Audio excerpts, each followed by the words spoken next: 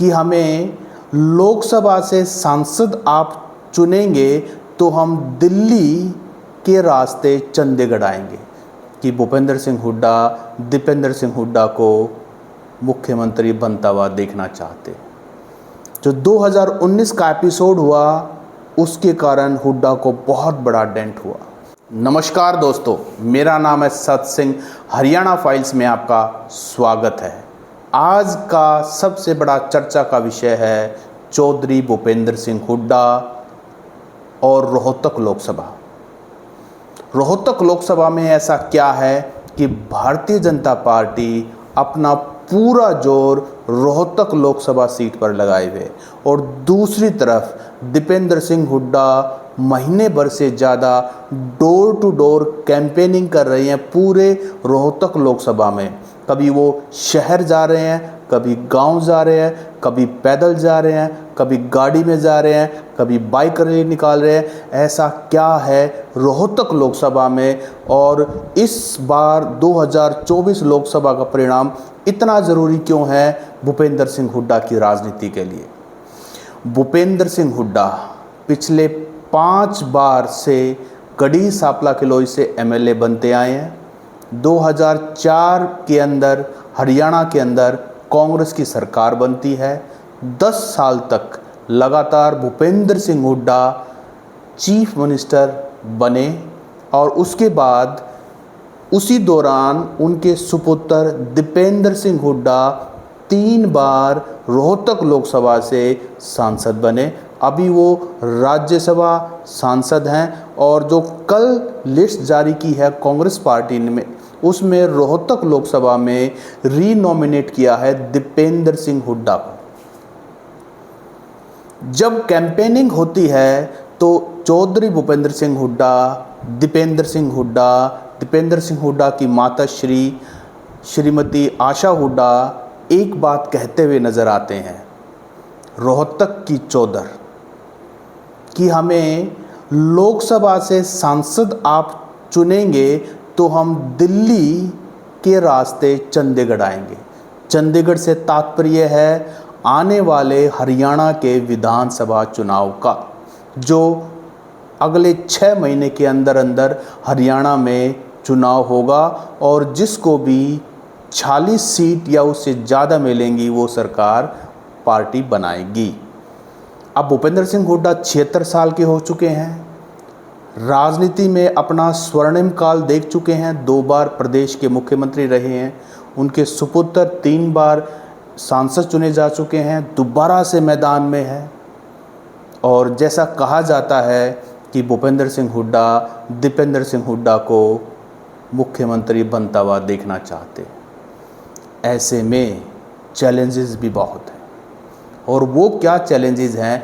अगर रोहतक लोकसभा से 2019 की तरह अगर चुनाव हार जाते हैं, आपकी यादगार के लिए मैं बता दूं, 2019 में रोहतक लोकसभा से दीपेंद्र सिंह हुड्डा 7,503 वोटों से भारतीय जनता पार्टी के अरविंद शर्मा से हार जाते हैं, और साथ वाली सीट सोनीपत लोकसभा से चौधरी भूपेंद्र सिंह हुड्डा 1,64,000 वोटों से बीजेपी के रमेश कौशिक से हार जाते हैं। जो 2019 का एपिसोड हुआ उसके कारण हुड्डा को बहुत बड़ा डेंट हुआ, क्योंकि जो 2 बार मुख्यमंत्री रहा हो प्रदेश का, और उसका गढ़ रोहतक, ओल्ड रोहतक झज्जर सोनीपत, यानी कि सोनीपत लोकसभा और रोहतक लोकसभा भूपेंद्र सिंह हुड्डा गढ़ माना जाता था। लेकिन भारतीय जनता पार्टी ने हुड्डा का गढ़ तोड़ दिया, हुड्डा को हराया और उनके सुपुत्र दीपेंद्र सिंह हुड्डा को हराया। इसलिए चौधरी भूपेंद्र सिंह हुड्डा को पता है कि 2024 के अंदर रोहतक लोकसभा जीतना कितना ज़रूरी है। और इस बार जो टिकटें आई हैं, 8 टिकटें अनाउंस हुई हैं, और 8 में से 7 जो जन हैं, जो 7 प्रत्याशी हैं, वो चौधरी भूपेंद्र सिंह हुड्डा के लॉयलिस्ट हैं। इसमें जिम्मेदारी बढ़ जाती है चौधरी भूपेंद्र सिंह हुड्डा की कि वो अपने पुत्र को तो जितवाएं ही जितवाएं, साथ साथ बाकी जो 6 प्रत्याशी हैं उनको भी जिताना, हाई कमांड की नज़रों में हीरो बनना अब भूपेंद्र सिंह हुड्डा के कंधों पर जिम्मेदारी बढ़ जाती है। अंबाला से वरुण मुलाना को उन्होंने दिलवाया, जिसको वरुण चौधरी नाम है, उनको दिलवाया है। उनके पिताजी फूलचंद मौलाना HPCC के प्रधान रहे हैं, हुड्डा साहब के बहुत ख़ास रहे हैं। जिस समय सरकार थी हम सब उनको देखते आए हैं।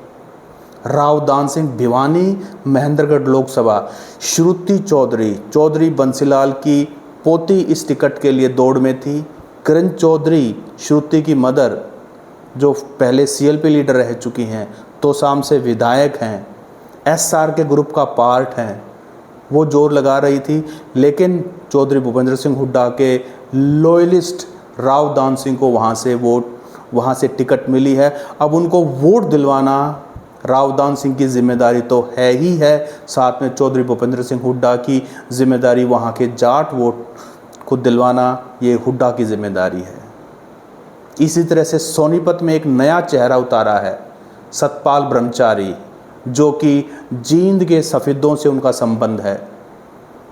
पहली बार हरियाणा की राजनीति में इलेक्टोरल पॉलिटिक्स में वो आ रहे हैं और उनको कैसे जितवाएंगे, क्योंकि वो ब्राह्मण और पंजाबी की वोट और जो जींद सेगमेंट की जो वोट हैं वो दिलवाना सतपाल ब्रह्मचारी का उस एरिया में बताया जाता है कि काफ़ी पहचान है और वहाँ से वोट वो ले लेंगे।